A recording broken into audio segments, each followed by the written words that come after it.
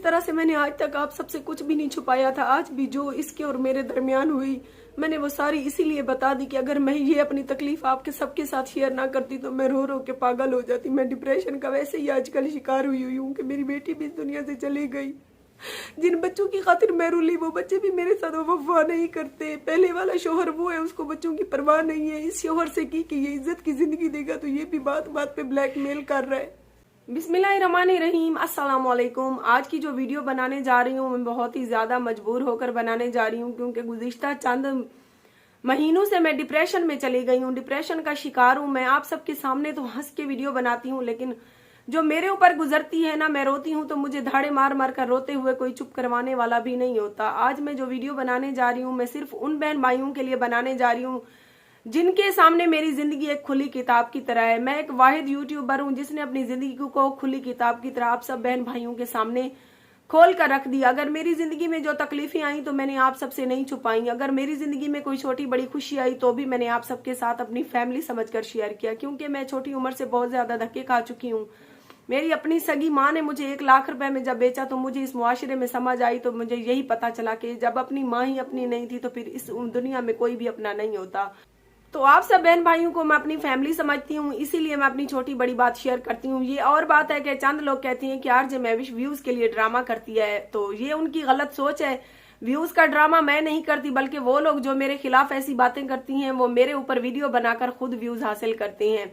बाकी व्यूज का ड्रामा तो मैंने उस टाइम भी नहीं किया जब मेरे पास सर छुपाने के लिए छत नहीं थी। आज तो अल्हम्दुलिल्लाह मैं मेहनत से इतनी आगे गई हूँ कि आज मेरे पास अपना घर है और मैं फख्र से कह सकती हूँ कि अपना घर जो होता है एक औरत के लिए अपनी जन्नत होती है। आप सब बहन भाइयों को पता है कि कितनी मैंने जद्दोजहद की, कितनी मेहनत की इस फील्ड में। उसके बाद मेरे साथ मेरी बेटी मुस्कान ज़ारा खड़ी हो गई। हम दोनों माँ बेटियों ने मिलकर इस डेरा गाजी खान के इलाके में साबित किया कि औरत अगर साबित कदम हो तो ना सिर्फ वो अपने दम पे अपने बच्चे भी पाल सकती है बल्कि अपना घर भी बना सकती है। तो जैसे जैसे बच्चे बड़े होते गए, आपको पता है बड़ों की मिसालें गलत तो नहीं है कि जैसे सोते हैं वैसे होते हैं। तो बड़ा बेटा जो जीशान था पढ़ता नहीं था, उसके बाद मैंने उसको काम पे डाला तो वो काम भी नहीं सीखता था। वहां से लोम लोफर लड़कों के साथ भाग जाता था, 2-2 महीने तक घर नहीं आता था। उसको ढूंढती थी, रोती थी कि क्या बनेगा, क्योंकि वो मेरी औलाद था। तो उसको बहुत समझाने के बाद फिर तंग आकर मैंने उसको उसके हाल पे छोड़ दिया, क्योंकि वो बड़ा सारा हो गया था। ना मैं उसको मार सकती थी, ना उसको प्यार से मेरी बातें समझ आती थी, तो उसको मैंने उसके हाल पे इसीलिए तंग आके छोड़ दिया। क्योंकि अगर मैं इस बारे में सोचती तो मैं जहनी मरीज और हो जाती थी, क्योंकि दिन को मुझे काम की टेंशन, चैनल की टेंशन, वीडियो की टेंशन, इधर घर बन रहा था घर की टेंशन, रोजाना वीडियो बनाने की टेंशन, क्योंकि हमारे पास जरिया मुआश यूट्यूब चैनल के अलावा और कुछ भी नहीं था। फिर उसके बाद मुस्कान का और यूनिस का जिस तरह से राब्ता हुआ, फिर मुस्कान भी अल्लाह पाक उसे जन्नत में जगा दे। मैं कुछ भी उसके बारे में नहीं कहूंगी, यही कि मेरी बेटी भी काफी मेरी नाफरमान हो गई थी। तो जब मैंने देखा कि जिन बच्चों की खातिर मैंने अपनी जवानी बर्बाद की, जलील हुई, खुआर हुई, आज वही बच्चे भी मेरे बहुत ज्यादा नाफरमान हो गए हैं, तो इन्हीं हालात से तंग आकर फिर मैंने दूसरी शादी करने का फैसला किया। और मैंने पूरी दुनिया के अच्छे अच्छे बंदों को छोड़कर अपने इस मसाद के साथ शादी करने का फैसला इसीलिए किया क्योंकि गुज़िश्ता 10 साल से ये बंदा मेरे पीछे था, काफी मिन्नतें करता था, कहता था, लेकिन मुझे भरोसा नहीं होता था। फिर चैनल भी इसी ने बनाकर दिया हुआ था। छोटी बड़ी बात पे मैं नाराज हो जाती थी तो मेरे चैनल का कुछ भी इशू आता था तो ये मुझे नाराज हो जाता था, तो मुझे सेटिंग नहीं करके देता था, कहता था कि तुम खुद ही कर लो भाई, मुझसे नहीं होती, ना मेरे पास टाइम है। तो इसकी नाराजगी इसी बात पे होती थी कि तुम अपने बच्चों की खातिर रोल रही हो, मुझसे शादी कर लो और मैं तुम्हें इज्जत से घर में बिठाकर खिलाऊंगा। तो मैंने यही कहा कि 10 साल से ये बंदा मेरी मिन्नतें कर रहा है, अगर ये मुझे छोड़ने पे आता तो छोड़ जाता, किसी और लड़की से भी ये शादी कर सकता था। तो इसकी इसी वफाओं को देखते हुए जब मैंने अपने बच्चों के हालात से तंग आकर इससे शादी की तो अल्हम्दुलिल्लाह आपको पता है सब कुछ अच्छा चल रहा था। मुस्कान का सदमा जो था मेरे अंदर था, लेकिन आपको पता है अल्लाह पाक ने मुझे छोटी मुस्कान ज़ारा से नवाजा। उसके बाद फौरन अल्लाह पाक ने मुझे और औलाद, मतलब मैं फिर से प्रेग्नेंट हो गई। तो इन्हीं हालात से गुजरते हुए जब मैं रोती थी तो मुझे दिलासा देने वाला ये होता था कि शौहर तो है मेरे पास, अगर आज चैनल की फील्ड है कल नहीं है, मुझसे चलेगा चलेगा, नहीं चलेगा तो चले, मुझे इज्जत से रोजी देने वाला मर्द मेरे पास है। तो इन्हीं हालात से गुजरते गुजरते मैंने अपने चैनल को मतलब खैराबाद कहने का फैसला कर लिया था। मैं वीडियो नहीं बनाती थी, आपको पता है कि 1 हफ्ता भी वीडियो नहीं बनाती थी। जब बनती थी तो दिल करता था बना लेती थी, वो भी उन लोगों को, उन मुखालिफिन को दिखाने के लिए जो मुझे बहुत ज्यादा तंग करते थे, जो कहते थे कि इस फील्ड में या तो ये रहकर हमसे दोस्ती करेगी डेरा गाजी खान के इलाके में, या हम इसको इतना तंग करेंगे ये चैनल छोड़ देगी या ये इलाका। सिर्फ उन्हीं की जिद की वजह से मैं चैनल चलाए हुए थी, हफ्ते में 1 वीडियो 2 वीडियो डाल देती थी, वरना मुझे, मैं क्या समझती थी कि मुझे अब चैनल को चलाने की जरूरत ही नहीं, मैं अपने घर और बच्चों में एडजस्ट हो गई थी। काफी बहन भाइयों के कमेंट भी आते रहते थे कि बाजी आप रोजाना वीडियो डाला करें, फिर मैं उनको रिप्लाई भी करती थी कि अभी मुझे चैनल चलाने की जरूरत नहीं है, अभी अल्हम्दुलिल्लाह मेरा शौहर अच्छा है। लेकिन मुझे ये नहीं पता था कि जिस शौहर को मैं अच्छा समझती हूँ, ये शौहर भी मुझे जाल में फांसने की कोशिश कर रहा है। आपको पता है मुस्कान हुई, मुस्कान के बाद जब ये मुझे पैदा होने वाली थी तो आहिस्ता इसने भी अपना रंग दिखाना शुरू कर दिया। इसने ये देखा कि अब 2 बच्चे हो गए हैं, चैनल भी इसका डाउन हो गया है, तो क्यों ना अपनी बातें इससे अब मनवाना शुरू कर दूं। तो आहिस्ता आहिस्ता इसने पिछली बार जब आया, आपको पता है, इसने हमारे साथ, मेरे और मेरे बच्चों के साथ छोटी सी बात पे झगड़ा शुरू किया। तो इसने ना सिर्फ मुझे तशद्दुद का निशाना बनाया, बल्कि मेरा बड़ा बेटा जीशान घर आया तो उसको भी इसने मारा। इसके और हमारे दरमियान जब हाथापाई हुई तो इसने मुझे और मेरे बच्चों को धक्के देकर निकालना शुरू कर दिया कि निकलो, ये घर मेरा है। मैं अदालत में जाकर कहूंगा कि ये मैं 50 लाख रुपए दे चुका हूं इस घर को बनाने के लिए, जिस बात पर मैं रोने भी लग गई और मैं हंस के मैंने इसको ये भी कहा कि टोटल 50 लाख रुपए का तो ये शायद घर ही ना हो। तो अगर तुम 50 लाख रुपए दे चुकी हो तो जो इस फील्ड में आने के बाद 4 साल से मैंने अर्न किया है वो मेरी कमाई कहाँ गई। उसके बाद इस फील्ड में आने के बाद काफी ऐसे लोग भी हैं जो इस टाइम भी मेरे चैनल को देखती हैं, जो मेरी इमदाद कर चुकी हैं। अगर तुम अदालत में जाकर ये कहोगे कि ये घर तुम्हारा है तो मैं भी उन लोगों को बुला लूंगी जिन्होंने मेरी इमदाद की हुई है। वो इंशाल्लाह अदालत में मेरे साथ खड़े होकर गवाही भी देंगे कि वाकई इतने पैसे तो हम भी इस औरत को दे चुके हैं अजराए अल्लाह बच्चों की वजह से। तो इन्हीं बातों को मद्देनजर रखते हुए झगड़ा हुआ, फिर कुछ चांद रिश्तेदार बीच में पड़कर उन्होंने हमारी सुलह करा दी। फिर मैंने वो वीडियोस भी आपको बताया था, शेयर की थी आपके साथ। कुछ बहन भाइयों ने मेरी तकलीफ को समझा, कुछ बहन भाई ऐसे भी थे जिन्होंने कहा कि व्यूज के लिए ड्रामा था, हमें पता था ये सुलह होनी है। तो चले, वो कहते हैं कि जिसकी जैसी सोच वो वैसी कहानी रखता है। तो ऐसे हालात से गुजरते गुजरते आपको पता है, मतलब मेरी बेटी की पैदाइश की डेट करीब आ गई। मैंने दोबारा से जब चेकअप करवाया तो उन्होंने कहा कि पिछले साल आपका ऑपरेशन हुआ था, उसके बाद अभी आपका ऑपरेशन ही होगा, नॉर्मल डिलीवरी जो है नामुमकिन है। तो मैंने अपने शौहर से बात की, मैंने कहा देखो, जब से मुस्कान ज़ारा मतलब मेरी छोटी बेटी पैदा हुई है, सिर्फ तुम्हारी माँ अस्पताल में 3 दिन आई थी और रही थी मेरे साथ। उसके बाद कभी तुम दुबई चले गए, मैंने अपने अकेले हालात से समझौता किया, ना तुम्हारे बहन भाई कभी मेरी तरफ आए। चलो मैं तो गैर हूँ या अच्छी नहीं हूँ या जो भी हूँ, लेकिन अपनी पोती की भी खैर खैरियत दरियाफ्त करने के लिए तुम्हारी माँ या तुम्हारे बहन भाई या तुम्हारा अब्बू कभी हमारे घर नहीं आया। तो इसने आगे से यही कहा कि मेरी माँ कहती है कि हमारी बहू अगर है तो ये इस घर को छोड़कर, इन बच्चों को छोड़कर हमारे साथ आके रहे, फिर हम इसके दुख सुख के जिम्मेवार होंगे। मैंने कहा यार ये तुम कैसी बातें कर रहे हो, ये तुम्हारी और मेरी शराइत तो नहीं रखी हुई थी कि मैं वहां चलकर रहूंगी और ये बच्चे छोड़ दूंगी। इन बच्चों के लिए तुम्हें पता है, मैंने कहा मैंने दुनिया की कितनी बुरी सही है, आज इस मकाम पे खड़ी हूं कि मेरे बच्चे जो हैं काफी समझदार हो गए हैं, तो मैं इनको कैसे छोड़ सकती हूँ। कहने लगा कि अगर जीशान और मुस्कान ने तुम्हारे साथ वफा नहीं की तो इन तीनों को भी इनके बाप को दे दो। मैंने कहा वो बेशक मेरा नसीब, वो मेरे साथ वफा ये 3 भी छोटे ना करे ना, लेकिन मैं इनको यार कैसे छोड़ सकती हूँ बियार और मददगार, जबकि तुम्हें अच्छे तरीके से पता है कि इनके बाप के पास सर छुपाने का ठिकाना भी नहीं है। तो मैंने कहा मैं अपने बच्चे नहीं छोड़ सकती। तो कहने लगा अगर तुम अपने बच्चे नहीं छोड़ सकती तो फिर मैं अपने माँ बाप बहन भाई अपना घर छोड़कर तुम्हारे पास क्यों बैठा हुआ हूँ।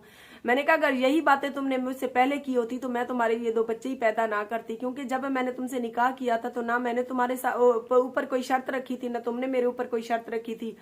खुशी खुशी हम दोनों ने एक दूसरे को कबूल किया था। तो ये दिन तो देखने के लिए मैंने ये मतलब ये कुछ नहीं किया था कि आज इस मोड़ पर आकर जब तुम्हारे 2 बच्चे हो जाएंगे तो तुम भी आगे से शर्तों पर जिंदगी गुजारने पर आ जाओगे। तो इसी तू मैं की वजह से फिर हम जिस दिन मैं ऑपरेशन पे जा रही थी तो इसकी माँ आ गई हमारे घर अपने भाई के साथ। तो जब वो हमारे घर आई तो मैंने थोड़ी सी नाराजगी जाहिर की। साफ जाहिर है मैं भी तो बहू, मेरा हक है कि मैं नाराजगी जाहिर करूं। मैंने बेशक उनके साथ बात भी की, उनको कमरे में भी बिठाया, लेकिन उसी कमरे में मैं खुद जाकर नहीं बैठी, मैं दूसरे कमरे में बैठ गई। लेकिन इसकी माँ का हक बनता था कि मेरे कमरे में आती, मुझसे पूछती कि बेटा तुम क्यों नाराज हो, किस वजह से नाराज हो, ताकि मैं अपनी नाराजगी बयान करती, उसको बताती कि 1 साल तक आप लोगों ने पलट कर मेरी बात नहीं पूछी, मेरा बड़ा ऑपरेशन हुआ, छोटी आपकी पोती को मैंने अकेले पाला और 1 साल के बाद आज आप लोग आए बैठे हो सिर्फ इस वजह से कि आपने वीडियो में देखा आपका बेटा दुबई से आ गया है। पहले भी तो वो 2 बार छुट्टी गुजार के गया है, 2 छुट्टियां मेरा शौहर जब पहले गुजार के गया था तब भी इसके माँ बाप और बहन भाइयों में से कोई भी नहीं आया। और जब मैं इसको बात करती थी कि यार तुम्हारे घर वाले कितने खुदगर्ज हैं कि हमारी बात तक पूछने नहीं आते, तो ये कहता था अगर वो लोग मेरी बात नहीं पूछते तो मैं भी अब उनकी बात नहीं पूछूंगा, क्योंकि वो मेरे और मेरी बच्ची के दुख सुख के नहीं थे। अगर वो मेरे अपने होते तो वो तुम्हारा ना सही अपनी ये पोती का हाल हवाल पूछने तो आते। इसी नाराजगी की वजह से ये भी 1 साल तक अपने घर नहीं गया।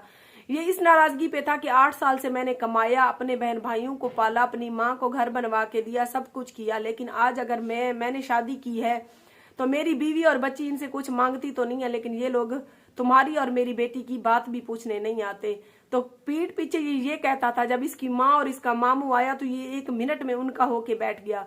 बाकी ये नहीं मैं कहती कि ये उनको छोड़ देता या उनसे बात ना करता, लेकिन कम से कम घर का शौहर था, ये मेरी इज्जत तो करवाता, थोड़ी सी नाराजगी तो उनसे जाहिर करता कि मेरी बीवी रूठ के बैठी है। अम्मी को कहता कि चलो दूसरे कमरे में, मेरी बीवी को मनाओ, वो तुम्हारी अपनी है, बहू है तुम्हारे। मेरे लिए वो मौत के फट्टे पे चढ़ के उसने बड़ा ऑपरेशन करवाया, अब दोबारा से फिर से उसका ऑपरेशन होने जा रहा है। तो इसने ऐसा कुछ भी नहीं किया। ये दूसरे कमरे में आया, कहने लगा कि मेरी अम्मी के पास चलकर बैठो। मैंने कहा तो वो तुम्हारे लिए आई है, मेरे लिए नहीं आई है तुम्हारी अम्मी। अगर मेरे लिए आती तो 1 साल तक पहले आती, जब मैं अकेली अपनी बच्ची को पाल रही थी। वो आज भी तुम्हारा वीडियो देख करके तुम वापस आ गए हो, तुमसे मिलने आए हैं। और 2 बार पहले वो इसीलिए मिलने नहीं आए क्योंकि उनको उम्मीद थी कि तुम आओगे। इस बार उनको पता है कि इस बार भी तुम छुट्टी गुजार कर चले जाओगे और उनको घर के खर्च के लिए पैसे नहीं मिल रहे हैं ना, वो अपने पैसों की वजह से, चीजों की वजह से आए हैं। तुम्हारी आज भी उनको जरूरत नहीं है। तो ये अपनी मामू और माँ के पास काफी देर बैठा रहा। फिर उनको रवाना करने के बाद मुझे हॉस्पिटल लेके गया चेकअप के लिए। तो 8 दिन बाद उन्होंने मेरा बड़ा ऑपरेशन बताया नेक्स्ट संडे का, कि नेक्स्ट संडे आप लोग आ जाना।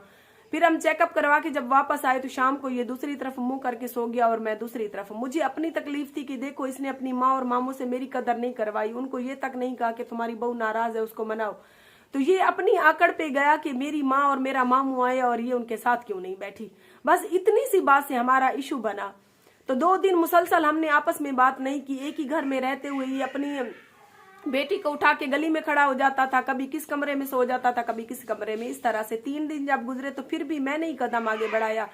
मैंने कहा यार तुम तीसरा दिन है, मुझसे बात क्यों नहीं कर रहे हो, जबकि तुम्हें पता है गलती मेरी नहीं है, तुम्हारे अपने घर वालों की है। उस टाइम तो तुम बड़ा कहते थे कि मेरे माँ बाप मेरे लिए खत्म हो गए हैं, जो तुम्हारी और मेरी बेटी की बात नहीं पूछते।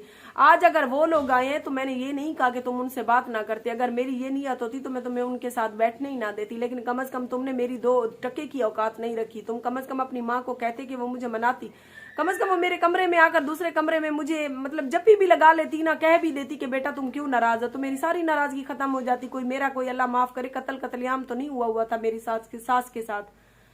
तो आगे से इसने मुझे डांटना शुरू कर दिया, कहने लगा कि तुम चाहती क्या हो, तुम यही चाहती हो कि मैं अपने माँ बाप बहन भाइयों को छोड़ दूं, तुम अपने बच्चों को छोड़ दो। मैंने कहा यार यहाँ पे बच्चों की बात तो नहीं हो रही है, यहाँ पे तो तुम्हारे माँ बाप बहन भाइयों की बात हो रही है। बाकी मेरे अच्छे या बुरे बच्चे तुम्हें पहले भी नजर आ रहे थे, वो जैसे थे। तो अगर मेरे बच्चे अच्छे होते या मेरा साथ देने वाले होते तो मैं शादी ना करती। अगर मुझे शादी करनी होती तो जब ये छोटे छोटे थे मैंने तब करनी थी, तो तब मैंने शादी नहीं की। आज अगर शादी की है तुमसे तो इसी वजह से की है कि मैंने देख लिया मेरे बच्चे मेरा साथ नहीं देते। तो कहने लगा फिर छोड़ क्यों नहीं देती हो अपने बच्चों को। मैंने कहा यार मैं उनको छोड़ नहीं सकती, क्योंकि पहले मैं उनको इस वजह से नहीं छोड़ती थी कि मेरे बच्चे बड़े होकर मेरा सहारा बनेंगे।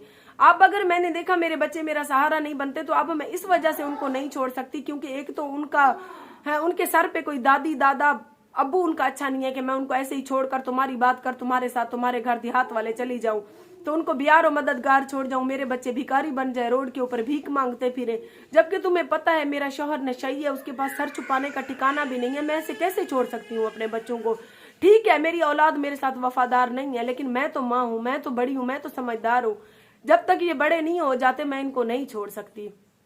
तो इसी बात से फिर से इसने मेरे साथ झगड़ा शुरू कर दिया। और इसी तू मैं के चक्कर में मेरे पास पूरी जिंदगी में मतलब 3 साल में जब से शादी हुई थी मैंने रो रो के इससे यही कहा था कि इसने मुझे काफी बार कहता था कि तुम्हें कुछ चाहिए, मैं कहती थी मुझे और कुछ भी नहीं चाहिए, मुझे एक आईफोन ले दो, आईफोन ले दो। दुबई भी गई तो मैं रोती रही, इसने मुझे वहां पे भी इसकी कमेटी निकली हुई थी 11,000 दिरहम की, इसने तब भी नहीं लेके दिया था। फिर मैं नाराज होकर जब घर वापस आ गई तो ये वहां से ये दुबई से मोबाइल लेके आ गया, जो अभी नॉन PTI ये था, तकरीबन 2 लाख का होगा, 2.5 लाख का होगा, या हद 3 लाख का होगा। तो इसने मुझसे वो मोबाइल मैं हाथ में लेकर बैठी थी, इसने मुझसे मोबाइल भी अपना छीन लिया कि इधर दो मेरा मोबाइल। ये जिस मोबाइल से मैं चैनल चला रही हूँ ये काफी मेरा पुराना मोबाइल है, 2020 का मोबाइल है। ये भी मुझे एक मेरे फैन ने गिफ्ट किया था। मेरे हाथ से मोबाइल छीन लिया तो मैं रोने लग गई। मैंने कहा क्या यही मेरी औकात है, क्या मैं कोई रखेल हूं तुम्हारी? क्या मैं तुम्हारी बीवी नहीं हूं कि 2 मिनट नहीं लगाई तुमने अपने मेरे हाथ से अपना मोबाइल खींच लिया? जबकि मैं भी तो तुम्हारे 2 बच्चे पैदा करने वाली हूँ। पिछले साल मैं ऑपरेशन से गुजरी हूँ, इस साल मैं फिर से ऑपरेशन से गुजरने जा रही हूँ, और मेरी यही है 2 टके की औकात है। फिर भी इसने मुझे कोई जवाब नहीं दिया, इसने अपना मोबाइल अपने पास रख लिया। मैं नाराज होती रही। इसी तरह 3-4 दिन मजीद गुजर गए और ऑपरेशन वाला दिन भी आ गया। ये मुझे ऑपरेशन पे लेकर चल दिया। जब हम हॉस्पिटल पहुंच गए तो उसी टाइम मुझे ऑपरेशन पे लेकर चले गए, और तकरीबन 7-8 बजे के करीब मेरी बेटी पैदा हुई, सहर फातिमा। तो रात को मैं अपने होश में नहीं थी। मेरे पास मेरी भांजी थी, शनावर की मम्मा। शनावर को तो आप लोग जानते हैं, यूट्यूब चैनल उसने बनाया हुआ है। तो वो मेरी भांजी है, मेरी भांजी का बेटा है शनावर। मेरी वो सिस्टर की डेथ हो गई, उसके बाद वही कुछ मेरी भांजी दुख सुख में मेरे साथ रहती है। तो दुख में मेरा और कोई नहीं था। मैंने उसको कॉल की, वो आ गई। पिछले साल भी ऑपरेशन मेरा हुआ था, मुस्कान पैदा हुई थी, तो तब भी वही मेरी भांजी मेरे साथ थी। सो इसी तरह से रात को ऑपरेशन हो गया, और अगली सुबह इसने शायद अपनी माँ को कॉल करके बताया। जैसे मैंने देखा एक मुर्गी बगल में दबाए, इसकी माँ अस्पताल पहुंच गई है। तो उसने आकर मुझसे बात की, मुझसे बुलाया, मैंने भी उससे बात की। तो फिर मैं खामोश होकर लेटी रही, मैंने और कोई बात उससे नहीं की। वो मेरी भांजी से बातें करने लग गई। मेरी भांजी उस टाइम बड़ी मेरी बेटी मुस्कान ज़ारा को कपड़े चेंज करवा रही थी।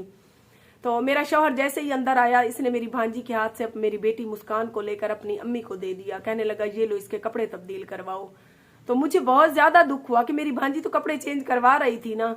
तो 1 साल तक क्या इसकी माँ ने मेरी बेटी के कपड़े चेंज करवाए थे? या 1 साल तक अब वो पाँव पाँव चलना सीख गई है, इसकी माँ ने आकर खिदमतें की थी? हाँ, मेरी भांजी अगर ना कर रही होती ना तो फिर मुझे दुख होता कि वाकई चलो मेरी बेटी मैली हुई खड़ी थी, उसके कपड़े चेंज करने वाला कोई नहीं था, तो उसकी दादी करवा रही है। फौरन से कहते अम्मी ये लो इसके कपड़े चेंज करवाओ। तो मेरी सास उसके कपड़े चेंज करवाने लग गई। फिर छोटी सहर फातिमा का चेंज करवाने लग गई मेरी भांजी। तो कहने लगा मेरी भांजी को, कहता है बाजी आप कपड़े चेंज ना करवाओ, मेरी माँ अब आ गई है, वो चेंज करवाएगी। फिर इसी बात पे मुझे गुस्सा आया। मैंने कहा क्या 1 साल तक तुम्हारी माँ ने मेरी बेटी को पाला है? आज अगर आ गई है, चले ठीक है, मुस्कान को तुमने उसके हाथ से मेरी भांजी के लेकर अपनी माँ को दे दिया है, वो उसके कपड़े चेंज करवा रही है, मेरी भांजी इसके चेंज करवा लेती है, तो तुम ये क्यों कह रहे हो? रात से मेरी भांजी जाग रही है, सारी रात मेरी भांजी ने संभाला है दोनों बच्चियों को। आज अगर अभी 10 बजे दिन के तुम्हारी माँ आ रही है तो अभी तुम्हारी माँ संभालेगी है? ये क्या असूल हुआ? ये तो तुम मेरी भांजी के मुंह पर ऐसे समझो तमाचा मार रहे हो। इसी बात पे इसने अस्पताल में मेरे साथ झगड़ा शुरू कर दिया। ना सिर्फ इसने बल्कि इसकी माँ ने भी झगड़ा शुरू कर दिया। कहने लगी कि तुम इज्जत के काबिल नहीं थी, हम लोगों ने तुम्हें इज्जत दी। मेरा शौहर कहने लगा कि अब मेरा 1 मिनट तुम्हारे साथ गुजारा नहीं है, ये है वो है, तुम क्या समझती हो मैं अपने माँ बाप बहन भाई सब छोड़कर तुम्हारे हाथ का बिकाऊ होकर तुम्हारे हाथ रहूंगा? मैंने कहा यार हॉस्पिटल में तमाशा ना बनाओ, अगर ज्यादा तमाशा बनाओगे ना तो मैंने कहा मैं अभी पुलिस को बुला लूंगी। मेरा रात ऑपरेशन हुआ है, अभी 10 क्या 12 घंटे अच्छे नहीं गुजरे मेरे ऑपरेशन को, और आप लोग इधर अस्पताल में मेरा तमाशा और अपना तमाशा बना रहे हो। फिर इसने अपनी माँ को मोबाइल भी दे दिया और जेब से कुछ और चीजें भी निकाल कर दे दी कि ये लो ये घर लेकर चलो, मैं थोड़ी देर में आता हूँ। इसकी माँ ने फौरन वो जो बगल में मुर्गी दबा के आई थी मेरे लिए या पता नहीं किस लिए, वो उठाई, मोबाइल और सामान उठाया, इससे लेकर चली गई। उसके बाद इसने मेरे साथ इतना झगड़ा किया कि मेरा ब्लड हाई हो गया। फिर डॉक्टर को बुलाना पड़ा, डॉक्टर ने मुझे सुकून का इंजेक्शन लगाया और मैं बेहोश हो गई। जब ये तमाशा हमारा अस्पताल में डॉक्टरों ने देखा तो उन्होंने कहा कि भाई आज की रात गुजारो, अगली सुबह आप लोगों को छुट्टी है। हालांकि 4 दिन ऑपरेशन के बाद मुझे मुस्कान जब पैदा हुई थी ना, 4 दिन डॉक्टर ने मुझे अपने पास रखा था, चौथे दिन छुट्टी दी थी। लेकिन जब ये तमाशा उन लोगों ने देखा तो उसके बाद उन्होंने तीसरा दिन, मतलब दूसरा दिन था, तीसरे दिन उन्होंने सुबह ही हमें छुट्टी दे दी। उन्होंने कहा आप लोग जाओ, आप लोगों को छुट्टी है। फिर भी मैं खामोश होकर, इसने मुझे कार में डाला, सामान उठाया, हम घर आ गए। घर आने के बाद मुतवातिर इसके और मेरे दरमियान कोई बातचीत नहीं होती थी। ये बस मकसद की बात करता था, ना मैं इससे बात करती थी ना। इसी तरह से गुजरते गुजरते 11 दिन हो गए, 11वां दिन था। लेकिन जब भी मेरी वीडियो बनती थी मैं खुशी खुशी आप सबके सामने वीडियो बनाती थी कि मेरा तमाशा ना बने और इसका भी तमाशा ना बने, सुलह हो जाएगी, मना लेगा, अपनी गलती तस्लीम कर लेगा। चले शौहर है, गलती ना भी तस्लीम करे मुझे तो मनाएगा। मैं इस गुरूर और मान पे रूठी रही कि मेरा शौहर मुझे मनाएगा, लेकिन मेरा शौहर इन शराइत में मेरे साथ गुजारना चाहता था कि ये अपना घर या मेरे नाम लगवाए या ये अपने बच्चे और घर छोड़कर मेरे साथ उधर चल कर रहे, क्योंकि ये अब फंस चुकी है। 2 बच्चे मेरे पैदा कर चुकी है। इसके बाद ये 2 बच्चों में गर्क हो जाएगी। चैनल तो इससे वैसे नहीं चलेगा। जब इसको पैसों की और किसी चीज की जरूरत होगी तो एक एक पाई के लिए मैं इसको जलील करूंगा और अपनी शर्तें मनवाऊंगा। तो मुख्तसिर बहन भाइयों, फिर इसी तरह से 11वां दिन था, इसने मेरे टांके ओपन करवाए, डॉक्टर के पास ले गया। उसके बाद घर आए बैठे थे, फिर भी मैंने हाथ आगे बढ़ाया बात के लिए। उसने कहा यार क्या तमाशा है, 11वां दिन है 12वां दिन है, तुम मुझसे बात क्यों नहीं करते हो? अगर रहना चाहते हो तो मेरे साथ रहो, अगर नहीं रहना चाहते हो, तलाक देना चाहते हो तो यार अगर वो 5 बच्चे मैंने पाल लिए ना तो मैं ये भी पाल लूंगी। एक ही घर में रहते हुए, एक ही छत के नीचे रहते हुए हम दोनों परदेसियों की तरह जिंदगी गुजार रहे हैं ना, तुम मुझसे बात करते हो ना, तुम्हारी वो पहले वाली फीलिंग है मेरे लिए, तो मुझे तकलीफ होती है, ये चीज मुझे तकलीफ देती है। तो आगे से इसने यही कहा कि मेरी यही शर्तें हैं, अगर मेरे साथ रहना चाहती हो तो तुम मेरे घर उधर देहात वाले चल कर रहो, इन बच्चों को छोड़ दो, ये बच्चे तुम्हारे आज भी नहीं है कल भी नहीं है। मैंने कहा बात बात पे तुम इसी बात पे क्यों आजकल आ गए हो? तुम अपने बहन भाइयों को नहीं छोड़ सके, अपनी माँ को नहीं छोड़ सके, तो मैं अपने मासूम बच्चों को कैसे छोड़ सकती हूँ? और मैं इनको कभी नहीं छोड़ सकती, चाहे ये मुझे जूते भी मारे, क्योंकि ये मासूम है, मैं इनको नहीं छोड़ सकती। तो इसी बात पे फिर से इसने मुझसे झगड़ा किया। तो 2 मिनट नहीं लगाए, उठाए और अपने कपड़े बैग में डाले, कार निकाली और ये अपनी माँ के घर चला गया। जब ये अपनी माँ के घर चला गया तो यकीन करें 11वां दिन था, मेरे टांके ओपन अभी उसी दिन हुए थे। रात को मैं कभी एक को चुप करवाती थी, कभी दूसरी को। मेरे बच्चे सो गए, रोते हुए मेरी रात गुजरी। कभी मुस्कान रोने लग जाती थी, उसको उठाकर बैठती थी तो छोटी रोने लग जाती थी। इसी तरह से और करते करते मेरी रात गुजर गई। अगली सुबह भी हो गई, मैं फिर रोने लगी। मुझे कुछ भी समझ नहीं आ रहा था कि मैं क्या करूं। मेरा चैनल इसके पास था, अगर मैं इसके और अपनी कोई बात चैनल पे डालती हूं तो ये चैनल हाइक कर लेता है। आज की हकीकत जानने के बाद भी ये चैनल को शायद फिर से छेड़ दे या मेरी वीडियो को डिलीट कर दे, क्योंकि ये ऐसे करता है। इसको पता है कि अगर ये मेरी असलियत दिखाएगी तो मैं चैनल ही खत्म कर दूंगा। तो मैं कब तक चैनल की खातिर इसके हाथों ब्लैकमेल होती रहूंगी? गुज़िश्ता 3 साल से तो हो रही हूँ। इसकी खातिर मैंने फिक्र सराय की चैनल वालों को छोड़ दिया, इसकी खातिर मैंने गफार भाई को छोड़ दिया, इसकी खातिर यूट्यूबर काफी बहन भाई मेरे दरवाजे से रुल कर चले जाते हैं, मैं उनके साथ वीडियो नहीं बनाती हूँ। इसी वजह से कि मेरा शौहर मुझे तलाक दे देगा या मेरे चैनल को कुछ कर देगा, इसी डर से। तो लोग मुझे मगरूर कहते हैं, खुद गर्ज कहते हैं, कितनी कितनी बातें सुनती हूँ। लेकिन जिस शौहर की खातिर इतना कुछ किया वो भी कहता है कि तुमने मेरी खातिर कुछ नहीं किया, मैं तुम्हारी खातिर सब कुछ करके बैठा हूँ। मुझे कहता है मेरे रिश्तेदार तो मुझे ताने मारते हैं, तुम घर दामाद बन के बैठे हो, वो भी उस औरत के जो औरत घर भी तुम्हारा जो है ना अपना तुम्हारे नाम नहीं करवाना चाहती। अगर वो तुम्हारे साथ मुखलिस है तुम्हारी बीवी तो उसे कहो तुम्हारा अपना घर तुम्हारे नाम लगवा दे। मैंने कहा मैं तुम्हारे घर में तुम्हारे नाम लगवा देती, मुझे टेंशन नहीं है, लेकिन जो आज ये सलूक तुम मेरे साथ कर रहे हो उसके बाद तुम तो मुझे घर से एक बार धक्के देकर निकालना चाहते थे, तो मैं कैसे तुम्हारे घर अपने नाम लगवा सकती हूँ? हाँ ये है कि 3 मरले मैं अपने उन बच्चों को दे दूं, 3 मरले तुम्हारी बेटियों के नाम कर दूं, लेकिन तुम बाशर्त के मेरे साथ इज्जत और सुकून से तो रहो। ये तो नहीं कि तुम मेरा भी तमाशा बनाओ, तुम्हारा तो वैसे मर्द हो तमाशा नहीं बनना, तमाशा तो मेरा बनता है हर बार। तो इसी तरह गुजरते गुजरते ये एक दिन गुजार के उस घर आ गया। शाम के टाइम मगरिब के टाइम आया, मैंने फिर भी कोई बात नहीं की। वो कहते हैं कि सुबह का भूला जो है शाम को घर लौट आए तो उसे भूला नहीं कहते। यही बात सोचकर मैंने फिर से खामोशी इख्तियार कर ली। ये घर आया, उसके बाद इसने मुझसे ज्यादा बातचीत नहीं की। वो रात भी गुजर गई। गुजरते गुजरते 6-7 दिन और जब गुजर गए तो मुझे बहुत ज्यादा दुख हुआ। एक रात को हम सोए हुए थे तो गफार भाई जो यूट्यूबर है उसने अपने मोबाइल को बेचने के लिए पोस्ट लगाई हुई थी कि मैं अपना मोबाइल जो है आईफोन सेल करना चाहता हूं, अगर कोई बहन भाई लेना चाहता है तो मेरे नंबर पर राब्ता करे। मेरा कभी गफार भाई से काफी अरसे से राब्ता नहीं था। नंबर जब आया हुआ था तो मैंने इसको नंबर दिया, स्क्रीनशॉट करके मैंने कहा गफार भाई मोबाइल अपना बेच रहा है और मैं मोबाइल लेना चाहती हूँ, तो तुम अगर बात करवाते हो अपने नंबर से तो करवाओ, वरना फिर मैं कॉल करती हूँ। उसको ये नहीं कहना कि तुम अपने नंबर से क्यों उनसे बात करती हो। मैंने कहा कि ये गफार भाई का नंबर है, इससे राब्ता करवाओ मेरा, मैं इससे मोबाइल जो है लेना चाहती हूँ। तो इसने ये नहीं कहा कि महविश तुम मोबाइल क्यों लेना चाहती हो, तुम्हारा मोबाइल तो मैं लेकर आया हुआ हूँ, तुम्हारा मोबाइल ठीक है नाराजगी की वजह से मैंने अपने पास रखा हुआ है, लेकिन है तो तुम्हारा, तुम मेरी बीवी हो, तुम मेरी रखेल तो नहीं हो, ना ही कोई मेरी दोस्त हो। मोबाइल तुम्हारा मैं तुम्हें दे कर जाऊंगा। मैंने इसको आजमाने के लिए कहा कि गफार भाई का ये नंबर है, उसको अपने नंबर से कॉल मिलाकर मेरी उससे बात करवाओ, मैं उससे मोबाइल लेना चाहती हूँ। इसने 2 मिनट नहीं प्यारे बहन भाइयों लगाए और गफार भाई का नंबर मिलाकर कॉल मिलाकर मुझे दे दी। जब गफार भाई से मेरी बात हुई तो सलाम दुआ के बाद गफार भाई ने मुझे यही कहा कि बाजी ये मैंने 87,000 का मोबाइल लिया है और मैं कारोबार अपना जो है शुरू करना चाहता हूँ, तो मुझे पैसों की जरूरत है, मैं इसीलिए सेल कर रहा हूँ। मैंने कहा गफार भाई अगर देना चाहते हो तो मुझे दे दो, उसके लिए शर्त यह है कि मेरे पास अभी पैसे नहीं है, क्योंकि गुज़िश्ता 2 महीने से मैंने अपने चैनल पर बिल्कुल ही तवज्जो नहीं दी, जिसकी वजह से मेरी अर्न नहीं है। अगर 28 तक सब्र करते हो तो मुझे दे दो। उसने कहा कि बहन आपसे मोबाइल प्यारा तो नहीं है। तो यहाँ पर प्यारे बहन भाइयों एक बार फिर से साबित हो गया कि पराये जो होते हैं वो कभी कभार कहते हैं कि अपने हो जाते हैं, जो सगे रिश्ते होते हैं ना तो वो कभी भी अपने नहीं होते, चाहे उन्हें जिगर का जितना भी खून पिला लो। तो गफार भाई ने कहा कि बाजी मैं सुबह आऊंगा आपके घर, तो आप देखना अगर आपको पसंद आता है तो आप रख लेना, 27-28 को जब आपका दिल करे 1 महीने 15 दिन में आप मुझे पैसे दे देना। तो उससे जब बात करके मैंने कॉल बंद की तो सारी रात मैं रोती रही दूसरी साइड पे मुंह करके कि देखो मेरा शौहर जिंदगी में दिया तो उसने एक मोबाइल था जिसकी खातिर 2 बार मैंने ऑपरेशन भी करवाया, 2 बार मैं मौत के फट्टे से उतर कर आई। उसने क्या मेरी औकात रखी कि एक मोबाइल की, एक औकात मेरी एक मोबाइल की भी नहीं थी उसकी जिंदगी में, जिसके मैं 2 बच्चे पैदा कर चुकी हूँ। उसको मोबाइल मुझसे ज्यादा अजीज था। मैं रोती रही लेकिन इस शख्स ने पलट कर सारी रात मुझे नहीं देखा। अगली सुबह हो गई, हम डीजी खान जा रहे थे, है मेरी यूट्यूबर बहन के घर इफ्तियारी थी, जिस तरह से आप सब बहन भाइयों ने देखा। फिर गफार भाई आ गया, गफार भाई को फिर मैंने अंदर बुलाया क्योंकि वो उस टाइम का मेरा साथ देने वाला मेरा भाई है जिस टाइम ये शख्स भी मुझे तनहा छोड़ गया था। ये कहता था मुझसे शादी करोगी तो ठीक, नहीं करोगी तो तुम जानो और तुम्हारे बच्चे। तो गफार भाई ने आपको पता है काफी स्ट्रगल किया मेरे साथ, काफी साथ दिया उस बेचारे ने। उसके डेरे पर जाकर हम वीडियोस वगैरह भी बनाते थे, सो इसीलिए मुझे गली में उसको खड़ा करना मुनासिब नहीं लगा। फिर गफार भाई को मैं अंदर ले आई, ये भी खड़ा था लेकिन इसने कोई बात नहीं की। इसने गफार से भी सीधे मुंह बात की, मैं नहीं कहती कि इसने कोई गलत बात की उससे।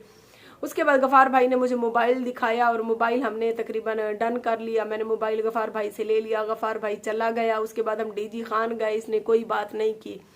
इस तरह से दिन गुजरते गए 4 दिन 5 दिन 8 दिन, और इसने अपनी टिकट भी करा ली।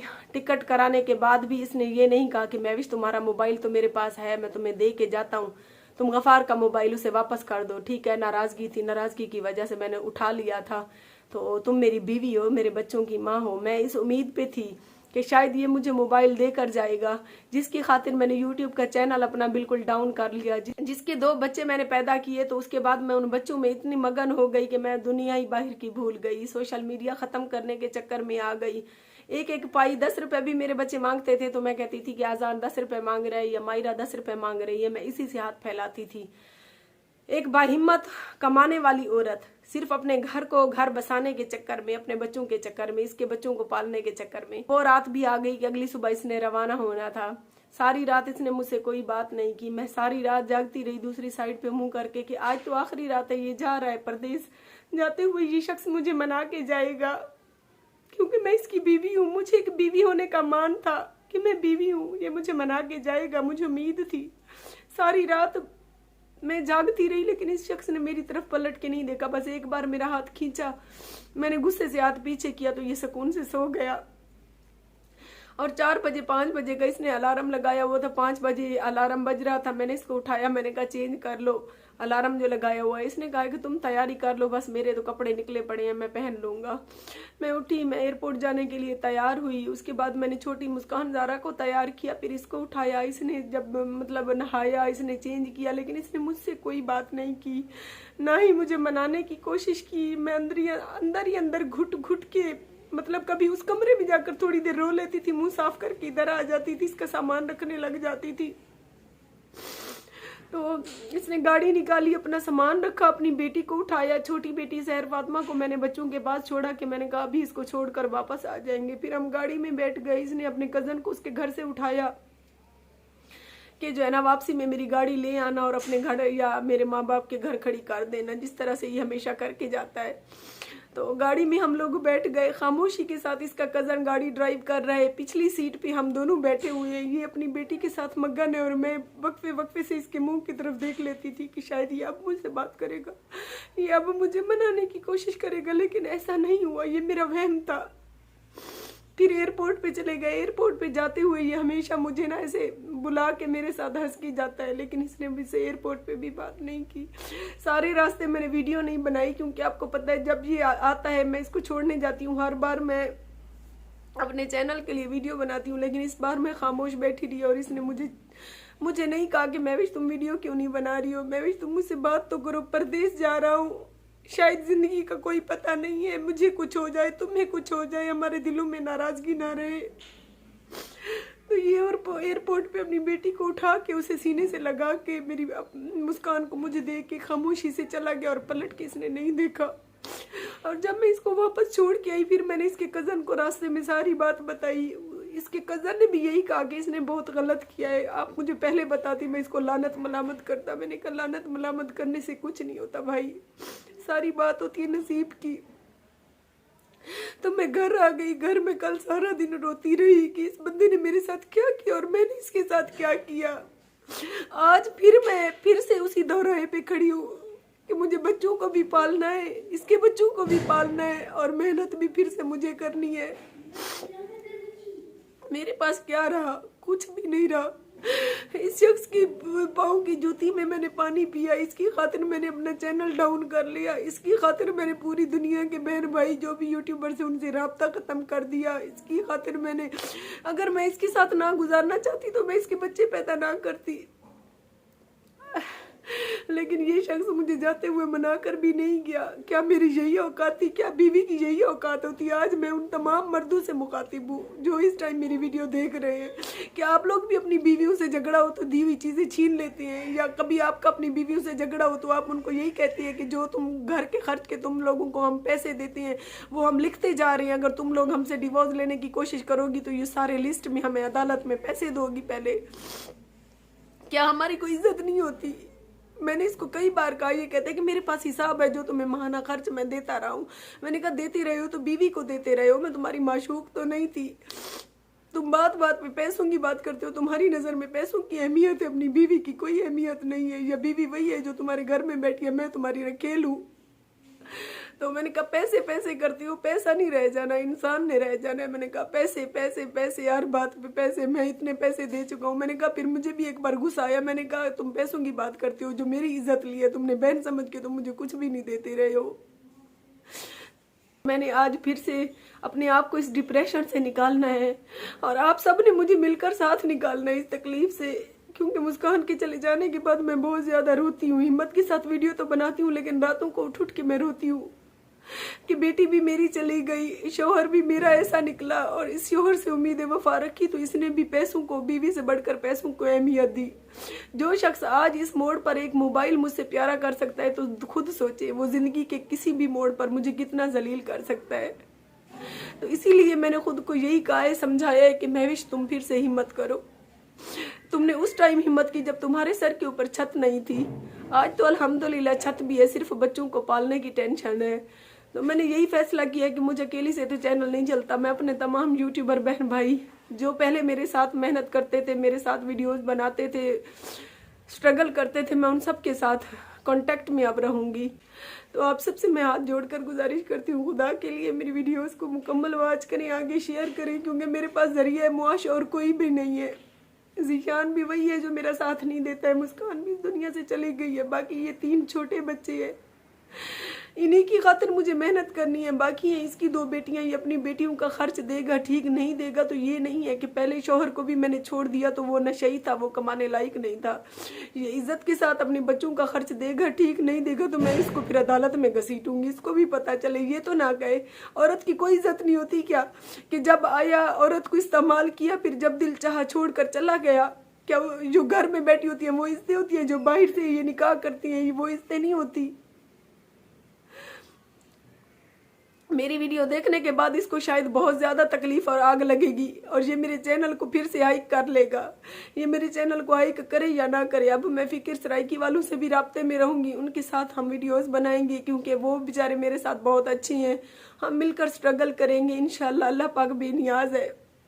मुझे एक बार फिर से हिम्मत करनी होगी और आप सब बहन भाइयों ने मेरा साथ देना होगा जिस तरह से पहले दिया है। बस यही मेरा पैगाम था, यही मैंने आप सब बहन भाइयों तक पहुंचाना था कि अब 3 साल से यार से महविश जो अपने घर में खामोशी इख्तियार कर चुकी थी, अब वो फिर से सब बहन भाइयों की सपोर्ट के साथ आगे चलेगी। और इंशाल्लाह, क्योंकि आपको पता है जिंदा रहने के लिए खाना भी है, पहनना भी है और दुनिया की अच्छी बुरी सुननी भी है।